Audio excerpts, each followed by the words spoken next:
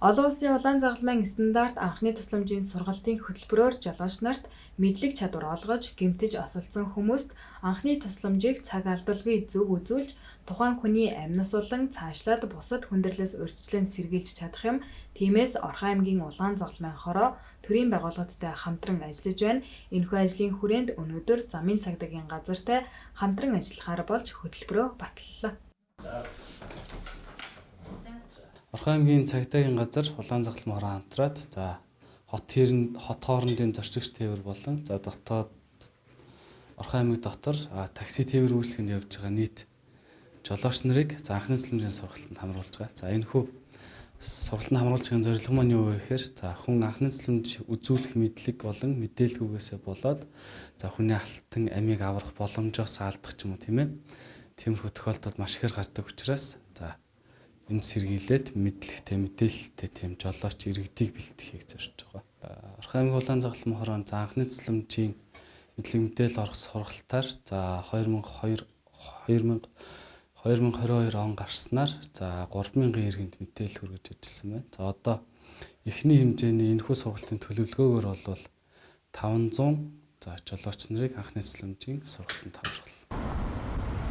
Өнгөрсөн онд улсын хэмжээнд 270 орчим хүн зам тээврийн ослын улмаас алтан амиа алдаж 790 орчим хүн гэмтэж бэртсэн байна. Тэгвэл Орхон аймгийн хэмжээнд 5 хүн амнасаа алдаж 60 гаруй хүн бэртэж гэмтжээ. Ямар нэг зам тээврийн осолд хамгийн түрүүнд замын цагдаагийн албахаагч нар очдог тул анхны тусламжийг цаг алдалгүй үзүүлж чадвал иргэдийн амнасыг хамгаалах боломжтой гэдгийг замын цагдаагийн тасгийн дарга онцоллоо.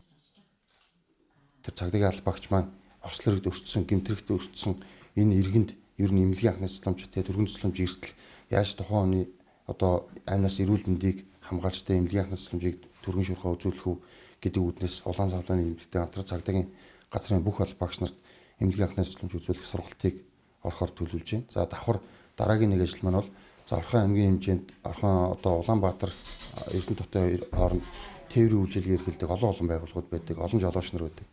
Энэ жолооч нарыг бас энэ улаан загалмайны эмнэлгийн эмнэлгийн анхны тусламж олгохын мэрэгчүүлсэн сургалтанд бас суулгахаар төлөвлөж байна. Мөн дан жолооч гэхээс илүүтэйгээр иргэн хүн ч гэсэн ер нь эмнэлгийн анхны тусламж үзүүлж сурснараа ер нь өөрт нь ямар олон давуу талтай юм бэ гэх мэтчлэн энэ сургалт мэдээллүүдийг үе шаттайгаар ингэж иргэдэд мэдээлүүд түгээхээр ямарсан хамтын ажиллагааны гэрээнд гаргаж зураад энэ ажлынхаа хүрээнд олон ажлууд хийхээр төлөвлөлт байж байна. Өнгөрсөн 2021 онд Орхон аймгийн хэмжээнд зам тээвэр услрыг бол 5 хүн асарсан. 60 хүн зам тээвэр услрыг бол бэртэж гэмтсэн байна. Гэтэл зөвөр энэ маань бол аймгийн төв дээр. Гэтэл нэг Улаанбаатараас Орхон аймаг руу явж гэдэг юм уу? Орхон аймгаас Улаанбаатар руу явж байхын дамжин гүрж байгаа орнотын замууд дээр төдийлөн эмнэлгийн байгууллага гэдэг юм эмчч гэдэг юм уу хангалттай байдаггүй.